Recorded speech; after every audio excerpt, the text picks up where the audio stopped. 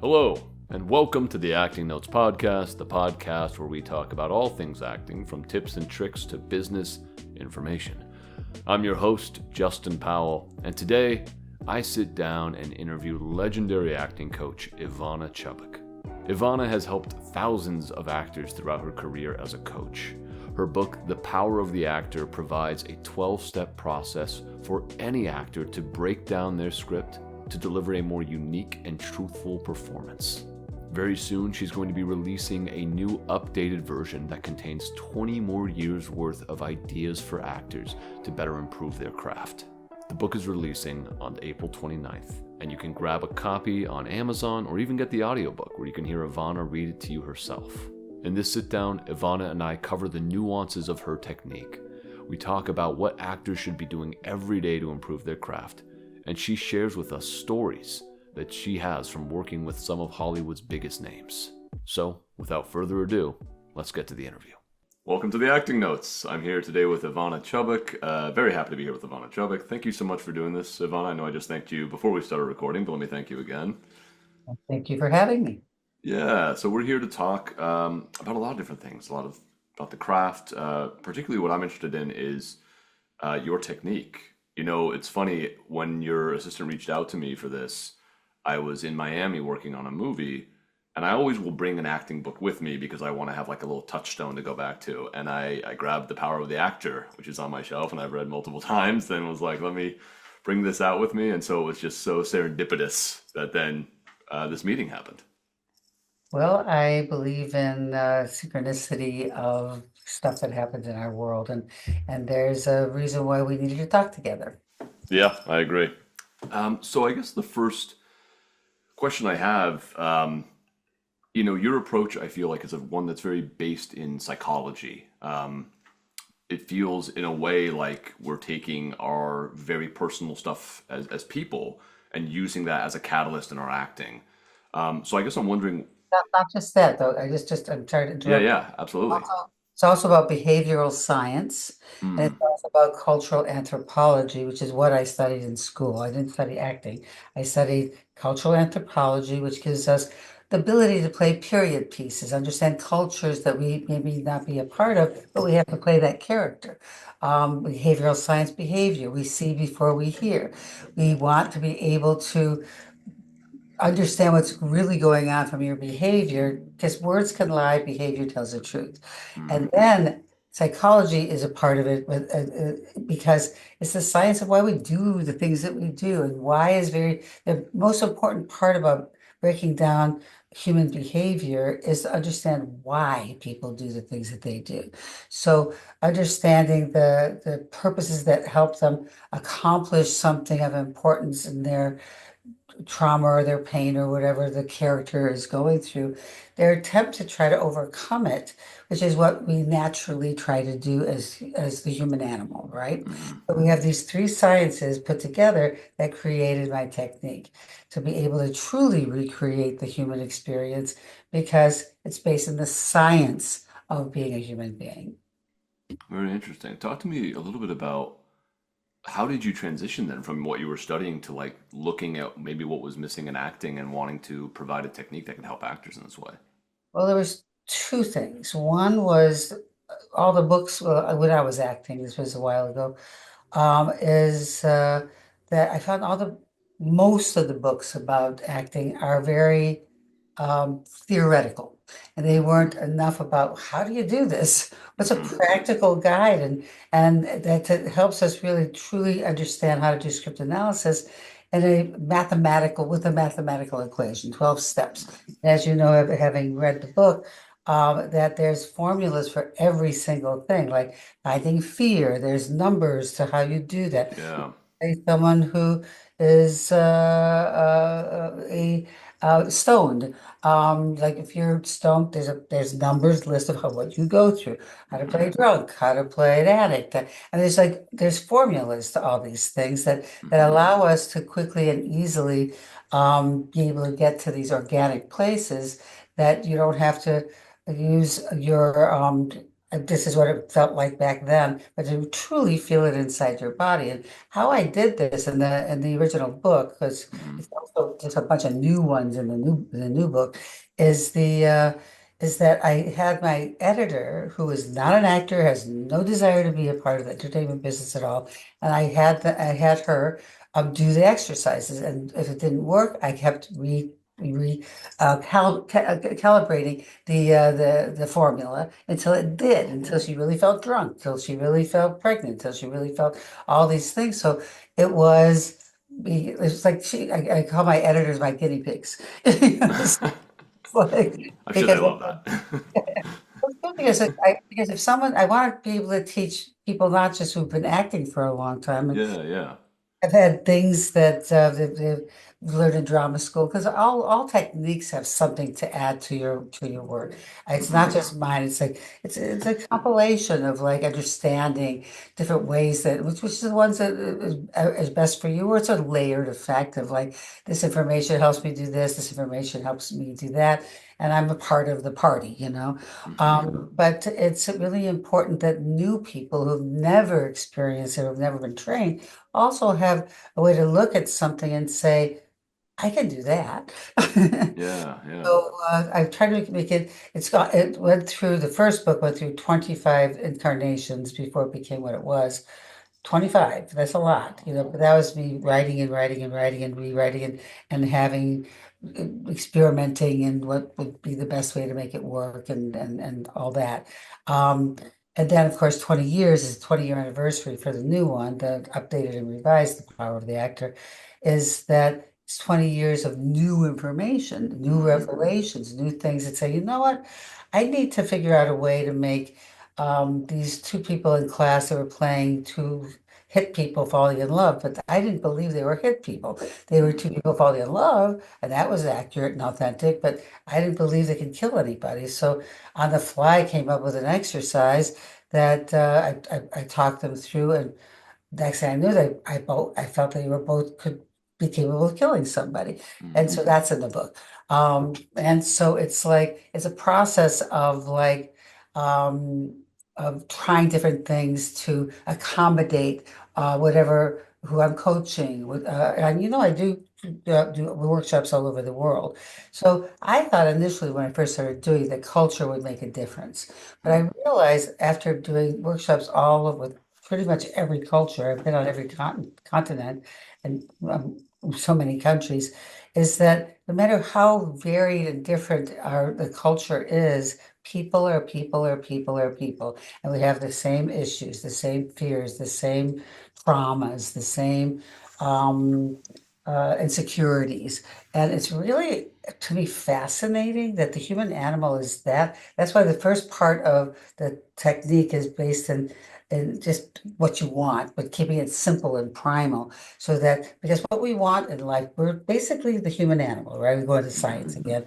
We're basically the human animal. And as animals, we have a need, and the needs are primal and simple. But how we negotiate life, that's where the complications come in. What we want, why we want it, what has happened in our previous circumstances via the character, and then how do we duplicate that in our own personal lives? How to play someone who's a paraplegic, someone who has like injury that is very that's so much about what the character is. How to create that truth and reality from someone who doesn't have those issues, but I can create that by using the psychology or how the behavior, the science of the behavior behind someone who has had to deal with something like this and what happens in their mind that um, makes the trauma of that injury be something that they live on a 24/7. And Mm-hmm. so but to me, again, it's fascinating. And I just find there's so much more to learn. I doubt I'm going to be living 20 more years, but if there is another edition, there's going to be 20 more years of like me understanding people from having not only experienced a lot of like new traumas in those 20 years. My Mm-hmm. husband died a couple of years back. I'm having, you know, a daughter who's gone through her stuff. being friends with people who've gone through some pretty intense traumas and learning more about something maybe I didn't experience, but they did. Mm-hmm.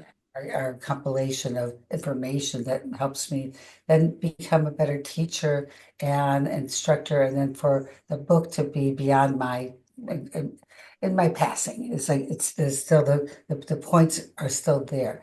How do we duplicate the real human experience and what human beings need? And I find that profiling is probably the closest to what I do. Mm-hmm. And what detectives do to to determine from the final event of what that person has killed or done harm of. Profiling is generally about murder. Is why how who they pick to kill, how they kill, what the utensils they use to kill, how they what they do with the body, all those things.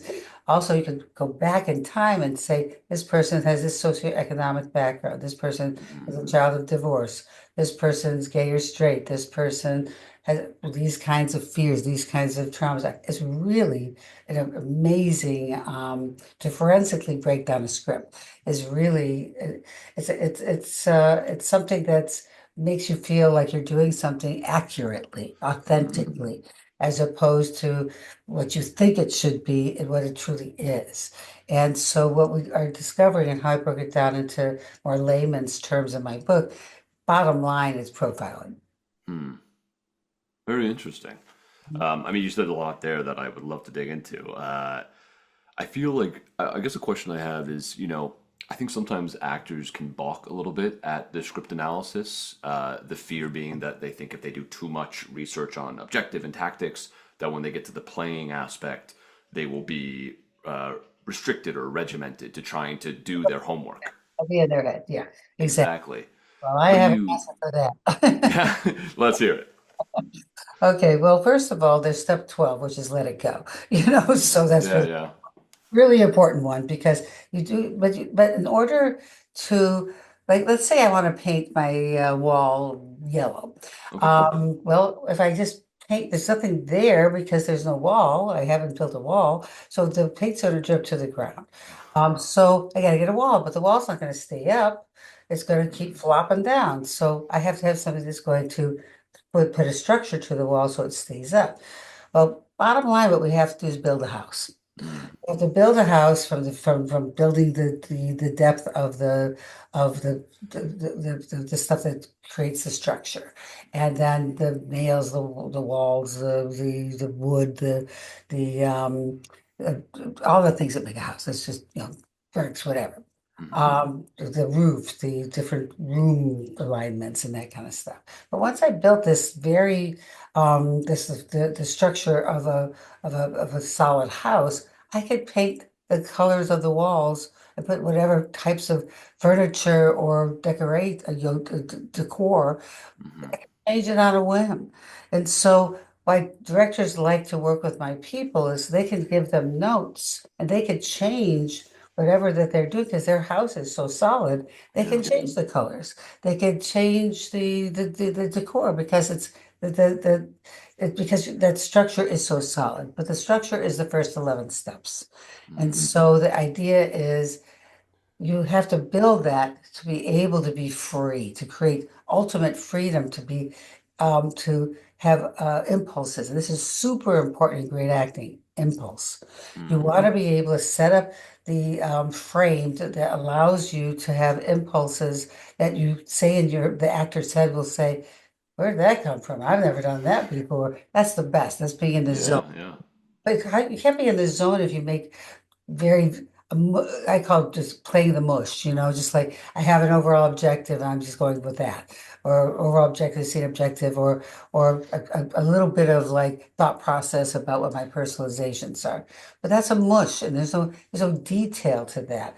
In order to greatness is in the detail. And if you read an important novel, for example, ones that stand the test of time, that have been written hundreds of years ago, you look at the first paragraph and you'll get the details of what the tone is, what the theme is, what the writer is trying to express and resolve by virtue of writing this book in one paragraph, the first paragraph. And I, anybody can look at any like important novel, it will be true.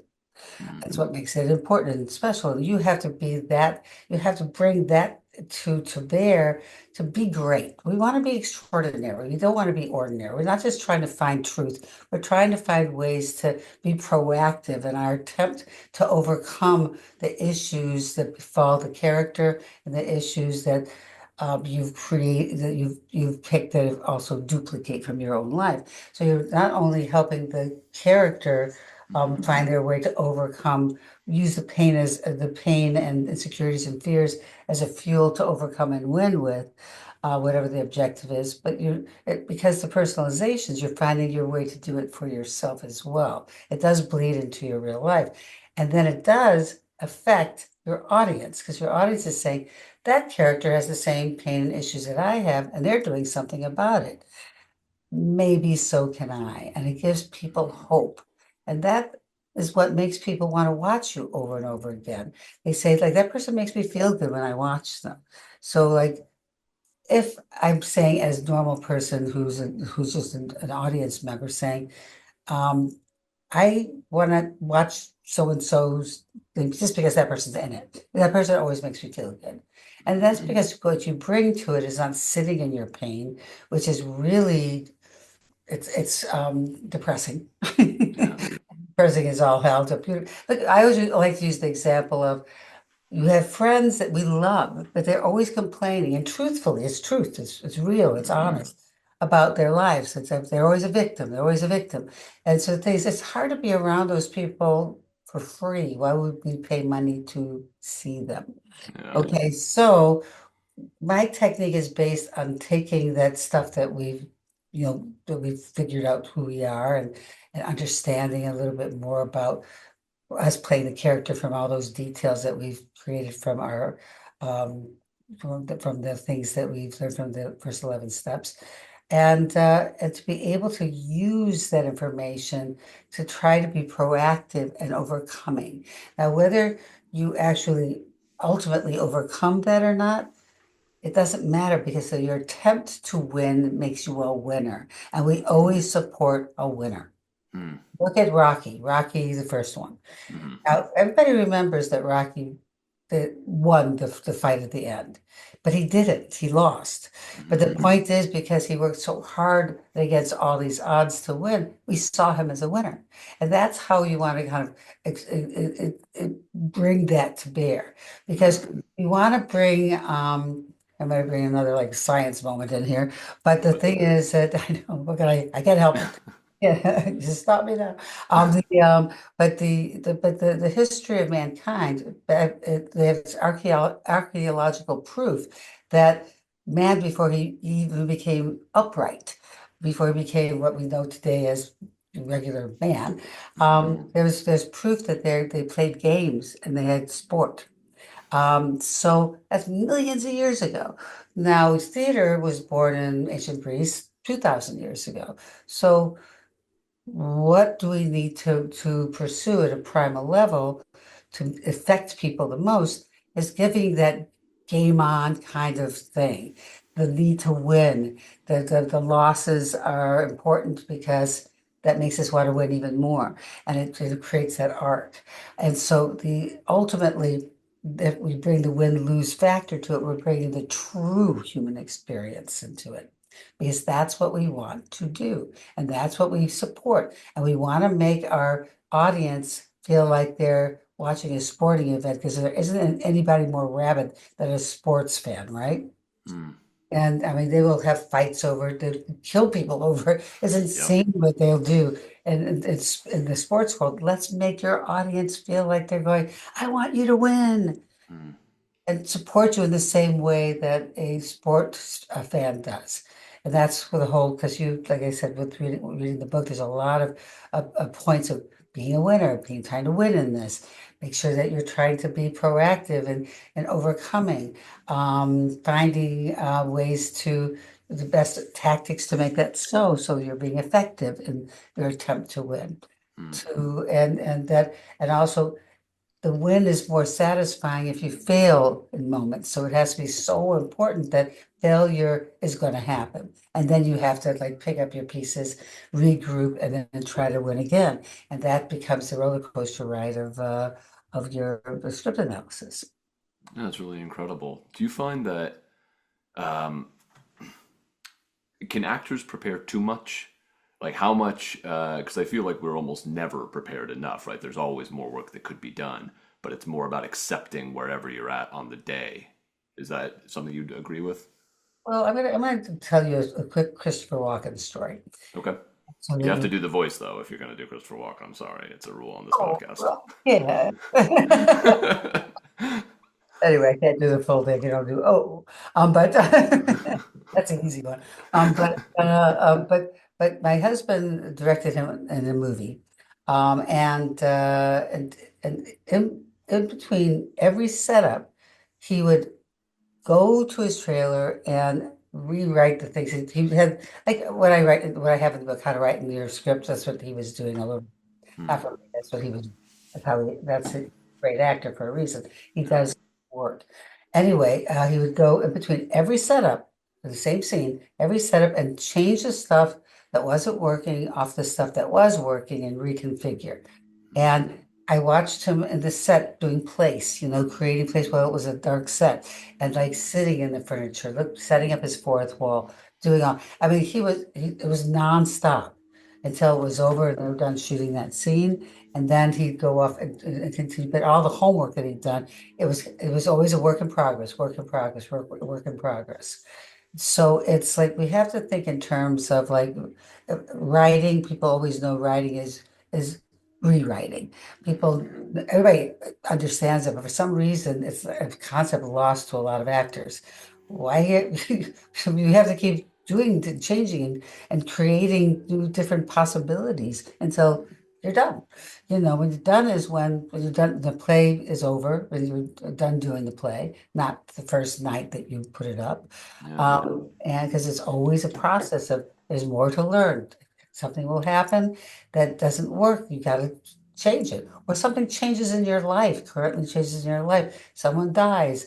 You just got asked to someone asked to marry you and didn't expect that. But good, bad, and in between, it's like things change and you want to be able to utilize the most raw unresolved stuff that's happening in today's world so that you're in the moment, truly in the moment. So you're going to always kind of be finding your way to like put that, painting that house that we've constructed and putting layers in, making a more rich, ultimate performance. We want to Hmm. have rich. We don't, I mean, we are a compilation of information. For how many years we've been on this planet, we have what we feel about what's going on, what we did about what's going on, people's reactions to what you did, your reaction to what that person's doing, and whatever many years you've been on this planet, that's a lot. And so the thing is it over? Would you want to go to a doctor that just decided after he went to medical school and did his residency that he was done with learning? Yeah. And so no, the same thing is that we want to be inspired. You want to be inspired by the people that are like, and it's true, even audiences don't care about acting. They care about is like enjoying the ride that we put them on. Let's give them that. And let's give them the fact that you're on that ride too. So you're on the ride together. And if you've made a decision that I'm done, then shame on you because the ride just ended and you didn't need to.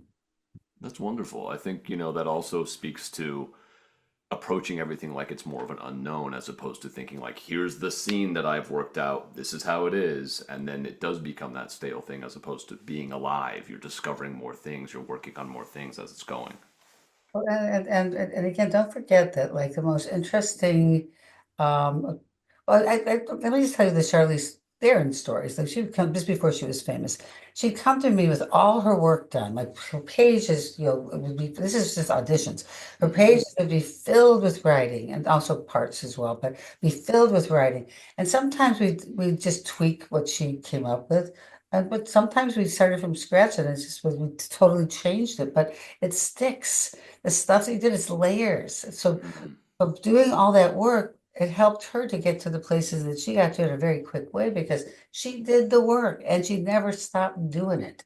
It was like always a work in progress for her. And she's all about like discoveries and explorations and understanding this character from many levels. Hmm. That's really fascinating. You've touched on this topic a couple times in this conversation, and I've heard it in other interviews. I listened to so many interviews with you over the past couple of days. Um, yeah, so it's good to see you. Um, but you've mentioned like the use of trauma in the work. I know as someone who, very recently I got on some antidepressants, which were very great, and it's good to be on them. But I know a part of me when I was younger was very much like, no, I need my depression. I need to use that for my art. So like, how do we find our balance in bringing our trauma to the work to heal as opposed to like hurt ourselves? Because you have to take it from a point of view, this is fueling my ability to overcome and Mm, with this. So I always tell people if your work isn't solving, resolving, evolving and finding ultimate catharsis, then you're not doing my system right. And mm, so if you're sitting in your pain, as opposed to exploring how to fix, not fix, it's not pain isn't fixable. What it is usable. So it's mm, usable as to paint a beautiful picture with it. So we're doing something um, uh, something fabulous with it, then we can feel like we have someplace we someplace to put it. Now, here's the thing. Most people don't have the luxury or the ability to be able to take the pain that they live with it and have some place to put it.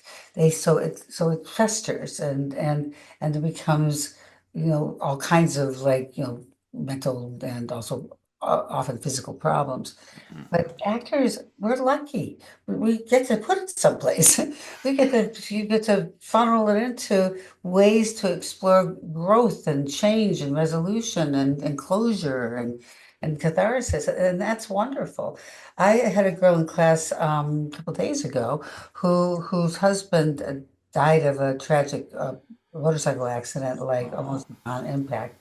And she did, I mean, he wasn't sick with anything. He was a healthy guy, and so it was 2 weeks, and she just had gotten back from the funeral, and she asked if she could do her scene, and left it up to her to because she knew, and she said, "I'm going to use my feelings about all this to explore healing." And so she did, and it was an amazing, amazing work. It was just like so free.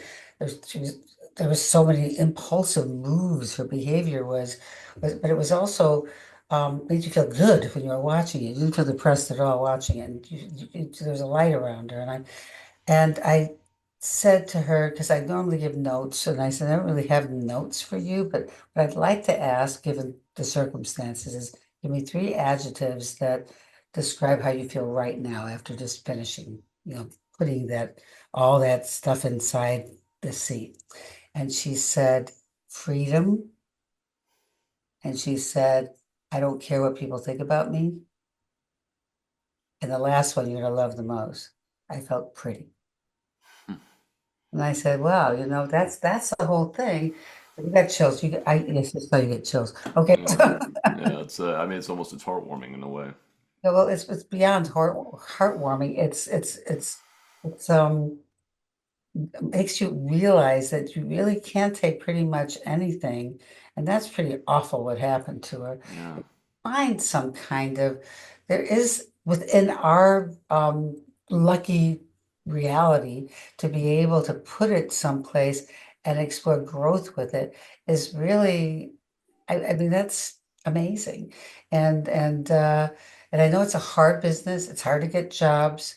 It's hard to get a lot of no's before you get the yeses, but what you are, that's why study is so important because there's some place where you can keep exploring those things where the stakes aren't high. Because if you fall on your face, do it in acting class. Yeah.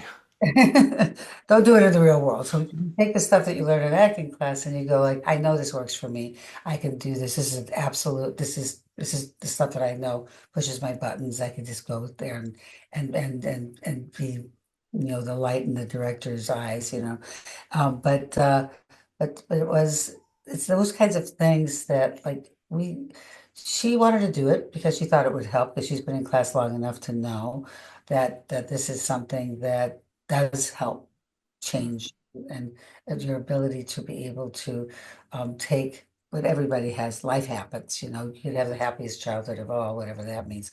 But and I say that because I didn't have one. But but I don't know what it means, truly. But the thing is that if life happens and things are going to happen that you have no control over, that's going to cause extreme realities.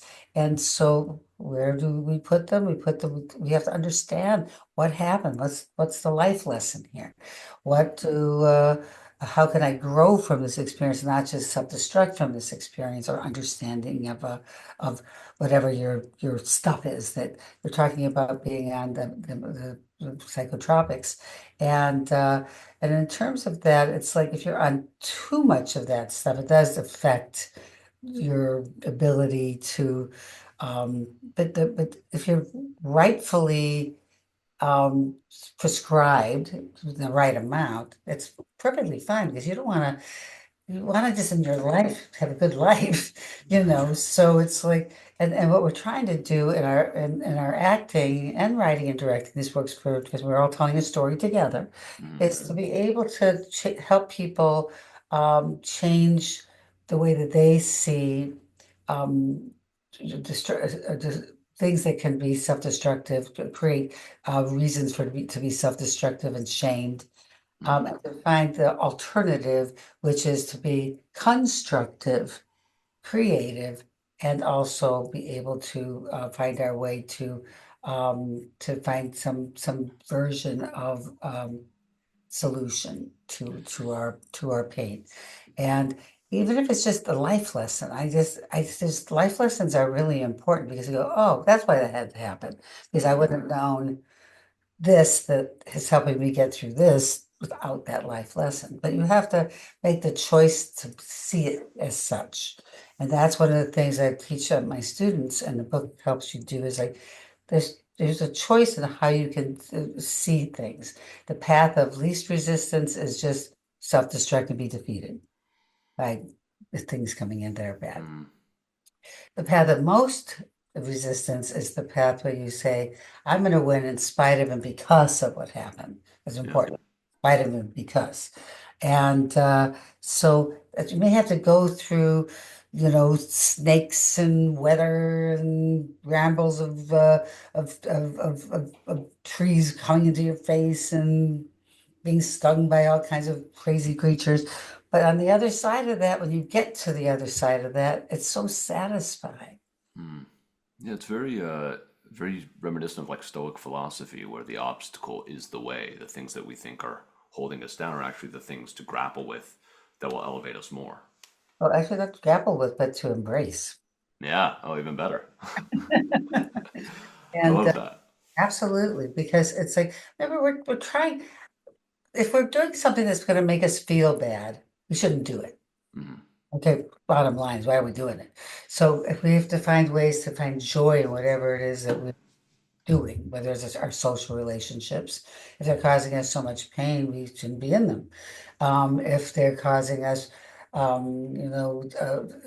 just social, but our work, being a part, being an actor, is to like to say if I'm not enjoying myself because I'm bringing up all this stuff and I'm sitting in it, you're not going to enjoy yourself. It's going to be depressing to you. It's going to be depressing to us as viewers and ultimately, it's going to be not dangerous, but it's going to make you feel bad on a constant. And mm, so, what we want to do is find ways to feel good. I want to feel good. That's what I mean. That's not just human beings. We want to feel good. Why not? If we have options, let's make it be feel good. But in order for us to do that, we have to truly understand what makes us feel bad. that's really true. I love that. I wanted to ask, I watched an interview with you recently where you were discussing when you coached Ava Mendez in Training Day. how it was, not necessarily a huge part in the film, but how you were able to still mine such meaning for her out of it, that really helped kind of show off the character and her performance in a greater way. And I think a lot of actors coming up, we're not expecting to get the lead in the film at the start. We're expecting to get, yeah, maybe the best friend or maybe the person who's in a couple of scenes here and there. So, how do you work with actors who are approaching kind of smaller parts in films to still get the most out of it?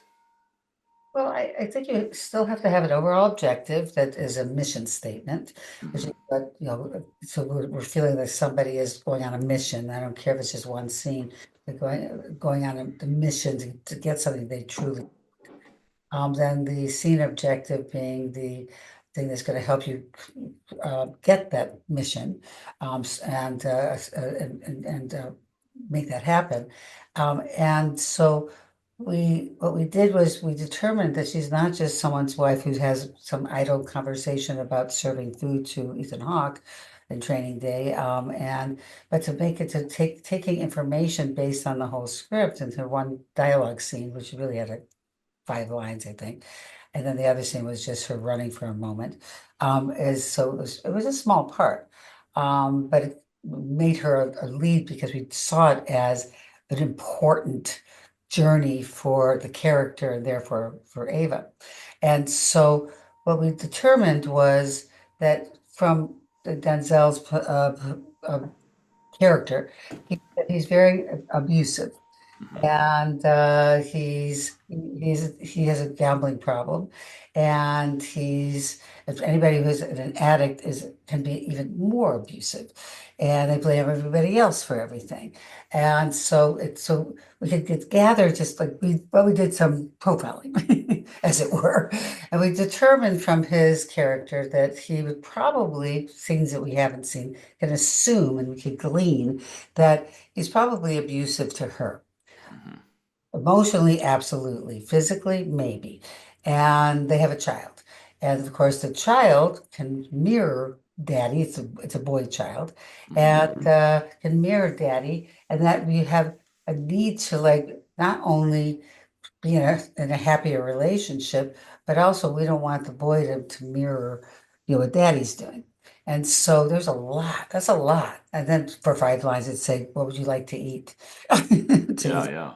so I'll get it in a moment. I'm coming back. I'll be right back. And those are her lines. Hmm. And the story is in the book. But anyway, so we determined that her scene objective was to make him see her value. So otherwise she would leave. So that so she created like I'm going to make Ethan like fall in love with me in this short moment, so to prove to you I have options. Hmm. I'm here because I love you, but you can't keep treating me like this. So I'm gonna prove to you with behavior that I can get someone else as hot as Ethan Hawke to think I'm, the love of his life. And so we created that within this kind of non-eventful dialogue and made a very eventful scene out of it because because then she proved to him that she was someone of value and not to treat her this way because she can leave and she has the option to leave and she will leave if he keeps doing what he's doing. And this is all underlined, so it's like the idea of taking a small part. It's also this is in the original book, Hmm. taking someone who just had a part as a secretary, and she had lines like, "Would you like me to make you a copy? Would you like coffee? What would you like in your coffee?" I mean, that was her lines. But we determined that she was in love with him. He was married. I mean, the character was married, and this is all. You work the character first, and then you personalize, not the other Hmm. way. And so that she was in love with him. He was married, and she had to find a way to get him to fall in love with her back, given the problems with being with a married man and not knowing how he felt about her. Because he Hmm. could just feel like I'm going to fire you because this is like this is untenable in a workplace Yeah. situation. There's a lot of obstacles getting in the way. Hmm. And so then personalizing that and creating such drama and need in this relationship when she was just asking about his coffee and copies, created a person who's supposed to be a recurring, small, recurring, and turned her into one of the regulars, and she was nominated for an Emmy. That's incredible. She was on, like, if you looked at the posters, she was on the posters where she was just a little role. So we could also, and here's on the reverse side of this, take a big role, get killed off or Mm. fired. Because I've seen this happen. I mean, this happens to actors all the time where they think, I got the job. Well, I don't need to do any more work. And then what they do is the writers, the producers, which are generally the same thing, are saying, this person isn't bringing it, so let's take him on the long journey. Let's kill him off. Mm. Let's do something let's make their part a lot more less and more inconsequential. So because nobody is going to watch this anyway, and it's so you could take a small part and turn it into a big part, but you could also take a big part and turn it into a fired job. Yeah. So it's up to you to just keep doing the work, keep doing the work, keep doing the work. And here's another thing the actor said when this is a really good thing, where this person says, "Well, I'm not going to put the work because they're not writing for me. This is stupid stuff." But like we explained with Ava, it's like that could have been just a stupid stuff, because she wasn't a part of the main story. Hmm. And but we made her such. We made her a part of the main story by virtue of our decisions and made her seem impossible to cut out. Mm. The and so how they write for you? Because I work with writers, Mm. producers. 40% of my business is directors and writers, and so you give them something to write for. You give them the Hmm. ideas by putting it in your inner work because they will read your mind from your behaviors and your stuff, just like an audience does, and they'll start putting it into the writing of it. It's like with Travis Fimmel and Vikings. Originally, he was just like a guy who was a power hungry Viking, and Hmm. the inner work that we did was all about family, that he wanted his family to be proud of him, and it wasn't about his ego and wanting to conquer other lands because he wanted to do fame and fortune of that, but he wanted his family to be proud of him and his children to be proud of him. And so we put that into the inner work. It wasn't on the page. We just put that into the inner work. And the writer, Michael Hurst, who's a wonderful writer, he writes every episode. He wrote every episode of Vikings. Is He picked up on it and started writing it in. Wow. So it started off as kind of like a two-dimensional rape and pillage guy, Yeah. a Viking, you Yeah. know, and it became a person we could all relate to. Anything for family. And I'm willing to put myself in because I want my children to be proud of me. I want my wife to feel that she married the right guy and that to continue making babies and doing it all about that. And then we personalized all that so that it was really, really important to him to win his overall objective of having a great family and seeing objectives that would support that. That's incredible. You've talked a couple times about, and what I loved in what you said there was you always start with the character and then focus on the personalization. How do you guide actors through that personalization process? I'm sure it's different for every role, but loosely, how do you go about guiding them? It's kind of like different for every role. So, it's like saying, how do I duplicate? I mean, humanity, there's not one person that's the same as another Hmm. person. I have six brothers and sisters, same parents, but we're all very, very different. And so why we're the same parents? We live in the same area. So it's like, why is it that we're also very different? Our priorities are different. Our senses of humor are different. We it's like so much is different about us, but it's a lot that's the same too. But the thing is that we're all different, so we can't just like say this is how someone would like get to personalizations. I think the most important thing is understanding the person that's been scripted. Because then the personalizations, once you understand that, you can just duplicate from your own life. Hmm. Because we have most things that we've all experienced in some form or manner. So even if it's a fraction of it that we've experienced, we can still take that fraction and turn it into a whole to create that character. But we really must understand what's on the page. And sometimes people say, I don't, how do I, because I have like five different overall objectives and they all could conceivably be right.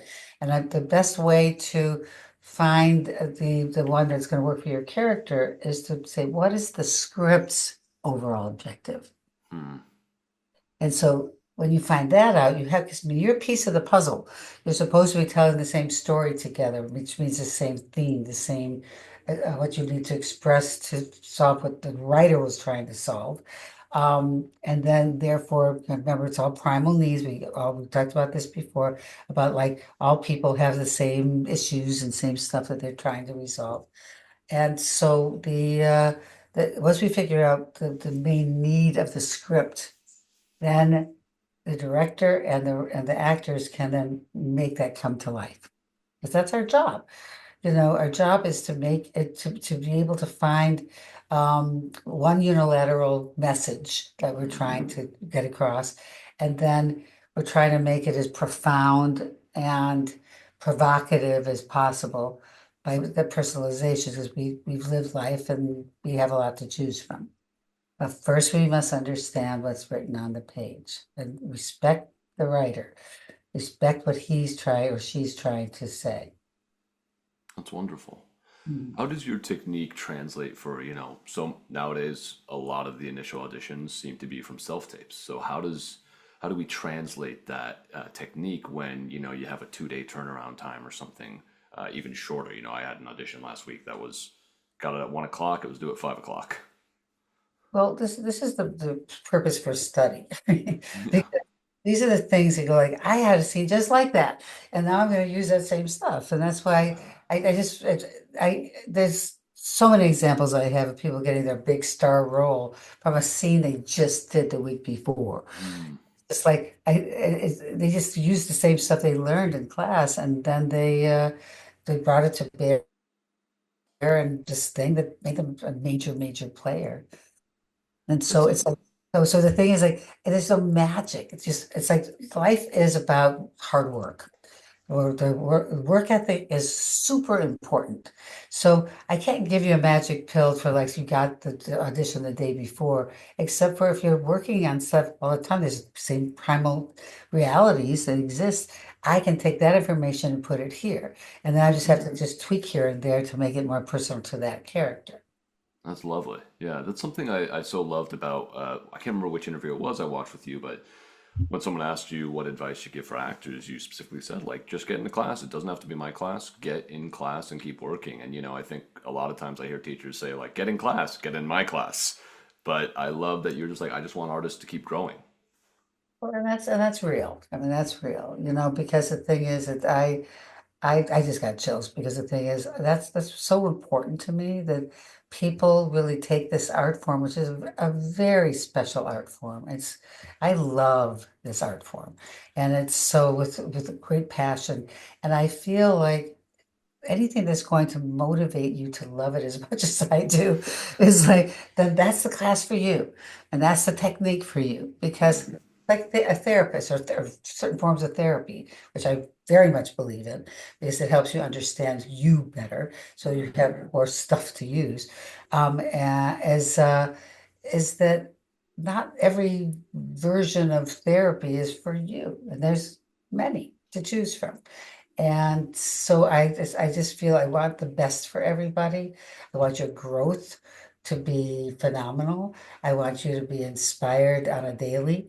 And whatever is going to activate that, that's the place you should be. That's wonderful. Well, I know part of the reason that we wanted to talk today was because, and you've already mentioned this a little bit, but the update to your book, The Power of the Actor, which is an incredible book in and of itself. What prompted you to want to update it? Yeah, what prompted you to want to update it? That's the question. Well, I didn't. What happened was the writer's strike and the actor's strike. Ah, When that happened, it was the 20-year anniversary, 2024. hmm, And so my people asked me, do you have enough? material in 20 years to do an updated version. And I said, 20 years? I have so much new stuff. It's crazy, but I don't have the time to do it, And then literally a week later, it was announced that the writers were going to strike. And then everybody knew the actors were going to go next. And everybody said it was going to be at least 7 months, if not eight. And it lasted us a year. And I called up my people. I said, I have the time now. Suddenly I'm free. I'm free now. Classes kept going, but the point is all the privates and the traveling, and I still traveled, but the thing is because people didn't, everything had stopped. Everything had stopped, and I had time that I wanted to bring in. There's so much new stuff. I mean, I can't wait for you to read it because I'm very proud of this because the new stuff just brings the it's not the old stuff. It's a lot of it's 12 steps are the same, but I've investigated them more strongly with more specifics. Also, I've updated a lot of the stories. And that's also audition information that's updated to what people really want to see because I wasn't working with as many producers and directors then when I know what they want. So I put in there what they want and how to do it, and also God, there's just so many new ways to do things. Like I came up with a thing called energy kills, which is like killing from a place of so because the idea of being playing a killer, people judge it, so they make Mm-hmm. a bad guy, and people who kill don't think they're bad. So you look at the psychology of someone who kills, they're really killing off something in themselves that they don't like, or something about somebody else that they're trying to kill off that has caused them pain. Mm-hmm. And that's the psychology of a killer. So I said, let's do something that's going to help people want to play a killer, not feel like I'm not playing a bad guy and judging it. You should never judge your characters. Mm-hmm. So energy kills are about like, say, I'll just use myself as an example. My mother was very violent, emotionally and physically, and also mentally ill, and a hoarder, and all kinds of things. So there's so many, I have a voice on my shoulder that just doesn't go away, which says you're stupid and ugly and you're not worth loving and. So I would be killing my mother. The substitution would be my mother, but it wouldn't be her. It would be her energy, the energy of the things. So I'd be killing off the voice on my shoulder. That's called an energy kill. And then it also goes for being killed. So we take the victim out of being a victim, and that's a whole nother concept too, Yeah. is like is to so I was using the same example. I'm going to use an example somebody else actually did. It was really good. Um, she was doing a scene from Edmund. You know the scene that where no the play I Edmund. don't know. No. I believe it's a mammoth play. Anyway, so the he's a killer. He's a serial killer, and she gets killed in the scene. And so to make it so it's your idea. Always like we're trying to find the dignity in your dying, not being a victim. Mm-hmm. So I say just figure out what it is you want to kill off in yourself and who gave that to you. So she used her mother, who gave her mother's just a walking fear ball. So this girl that's making all kinds of decisions, relationship decisions, career decisions based in fear. So she was trying to push her buttons to make her kill to have the mother substitution kill off as Edmund and kill off the part of her that has so much fear that she's locked in one spot and not being able to move. And so it worked profoundly well because she was pushing it, she was making it happen. I did that with Elizabeth Shue in Leaving Las Vegas because we wanted to earn the right of a love story that she only had a couple of weeks to make happen because he was going to die. He was killing himself. Yeah. And so there's a rape scene in there. We wanted to make it be something that was still taking the victim out of being a victim. And so what we did was we used the fact that she needed to have penance because they just had a fight before her and Nicolas Cage's character, and she needed to have penance so that she could feel that she righteously can get back into a love story that she earned. Mm. So she pushed them to being more mean in terms of the way she said the lines. She didn't change the lines, but just pushed them to be like, so now you have to do something to me so I can pay the penance.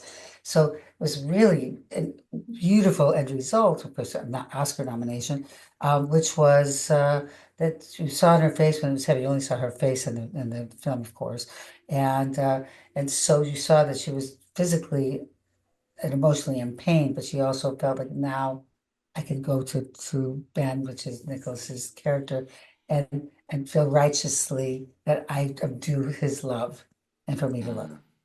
And Mm. so it became satisfying.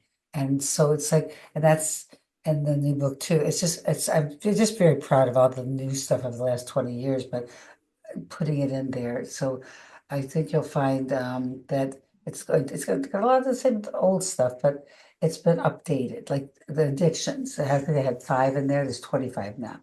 Yeah. Yeah. I mean, I can't wait. I'm very excited. I love a great acting book, so I can't wait to check it out. We're almost out of time here, but I wanted to ask if you had like a moment where suddenly every actor in the world could hear you and understand your advice, what would you tell all actors? Um, I would tell them have, to work hard, study, and to take risks, make bold choices. They're looking for the people that have the balls to make bold choices. But if I'm afraid to do this because they won't like that. I'm fearful of this. Um, I don't want to piss them off, or I don't want to make any waves or whatever. That you're censoring yourself. And when you censor yourself, it ceases to be art. So art equals freedom. So if you make bold choices, because think about the things we've done when we really, really wanted something, we did crazy stuff. We want to bring that into our work. So you're the only one doing that. Because I got to tell you, watching these tapes for my people, it's like safe, safe, safe, safe, safe. And then you got that one person or two people that they take the chances of really digging deep and going after, proactively going after what they want with behavior and with and not being afraid to do anything to get the means justify the ends kind of thought process. And that they're the ones that are become a force that cannot be denied, a force to be reckoned with, and you need to cast them. And so it's about study, work hard, write down your scripts, it's never over till it's over, and take risks, make bold choices. I love that. Well, Mhm. Ivana, thank you so much. This has been a wonderful conversation. I feel like I've learned a lot, so I'm sure everyone else has too. Thanks to Ivana Chubbuck for coming on the podcast, and thank you all for listening. And I'd like to thank you all for taking the time to listen to me because I really feel like we have an important obligation to the world and a pulpit that we have to change the world, to empower the world through the arts. And it's a choice for you to make those kind of empowered choices so that you can allow your audiences to take that in and be able to feel the power that we need so badly right now. Thank you, Ivana. Thanks for listening to the Acting Notes podcast, and thanks again to Ivana Chubbuck for coming on. If you want to buy her new updated version of The Power of the Actor, her book, you can get that on April 29th on Amazon, or even get the audiobook version where you can hear Ivana read it to you herself. I know I said that at the beginning, but I'm saying it again. If you enjoyed today's episode, consider liking and subscribing so you don't miss out on any more great content. Thanks again for listening to the Acting Notes. I'm Justin Powell. Have a great day. Peace.